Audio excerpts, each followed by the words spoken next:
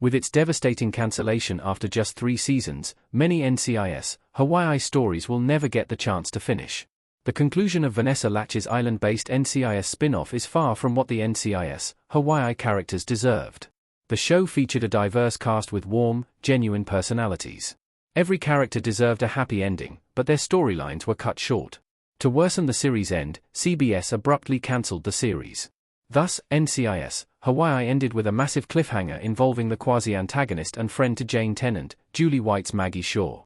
NCIS Hawaii's cliffhanger ending outraged the show's fan base, which had already organized online to reverse the show's cancellation. NCIS Hawai'i fans vowed not to watch the NCIS Origin spin-off, the Gibbs prequel series that CBS airs on Monday nights instead. The swap gives more screen time to Gibbs' story in 1991, which highlights the central NCIS character and his old colleagues like Special Agent Vera Strickland. Unfortunately, Vera's story and the stories of other female agents focus on how they struggle to excel at the agency, making it all the more frustrating that NCIS Hawaii's empowering narratives won't continue. 7. Jane Tennant's mom's story. NCIS Hawai'i introduced Jane's mom. One of the stories I'm most disappointed won't continue is the narrative surrounding Jane Tennant's relationship with her mother.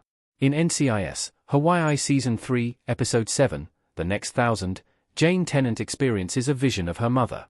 The development is mysterious and moving, particularly at the end when Jane's mother yells at her concerning details she's missing in the case. It doesn't make sense on the first watch, but the show reveals later that it was a hallucination and the woman in the cabin was Jane's mother, looking exactly the way she did the day she left. Lakhay revealed that Tennant's NCIS Hawai'i storyline reflected her experience, noting that her mother abandoned her when she was young. The connection gave Latch's performance a more profound emotion, making it a genuinely gripping moment for the series. The development further empowered Jane's character, showing how she succeeded despite her tragedy, which Lakhay noted in an interview with The Talk. The moment set the series up to delve deeper into Jane's past, with more time to explore her story in a potential Season 4. 6. Maggie Shaw's return. Maggie Shaw returned to Hawaii. With the cancellation, fans will never know what came of Maggie Shaw's return. NCIS Hawaii's Season 3 ended on a frustrating cliffhanger, with Maggie Shaw reappearing in Jane's home just before the series ended.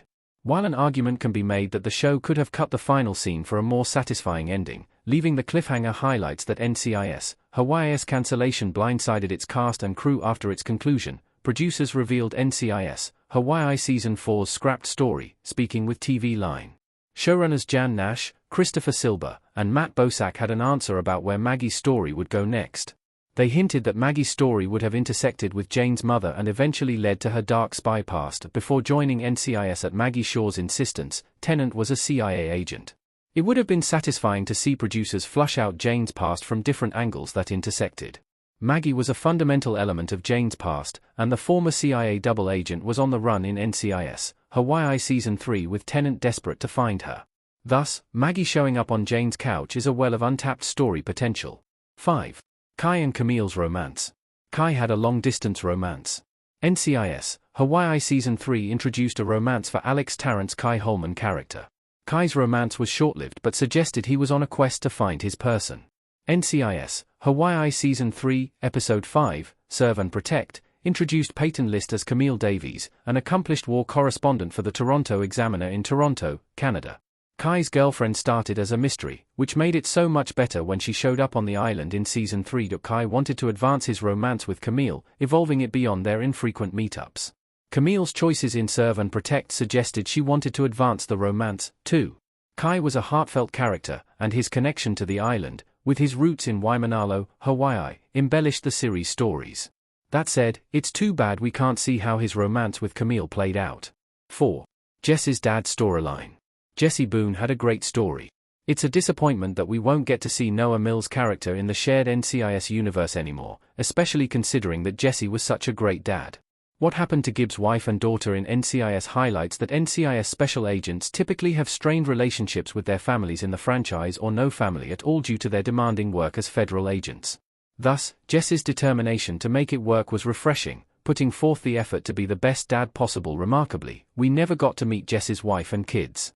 In their interview with TV Line following NCIS Hawaii's conclusion, showrunners clarified they started every season intending to introduce Jess's family and that they would surface eventually. Knowing that Jess's story is incomplete, it's unfortunate that NCIS Hawai'i didn't focus more on Jessie in Season 3, shifting to the top-secret NCIS Elite mission to cap off the outing Kate and Lucy's love story. NCIS Hawai'i centered Casey. It's truly disheartening that NCIS Hawai'i can't continue its love story between Yasmin Ulbustami's Lucy Tara and Tori Anderson's FBI agent Kate Whistler.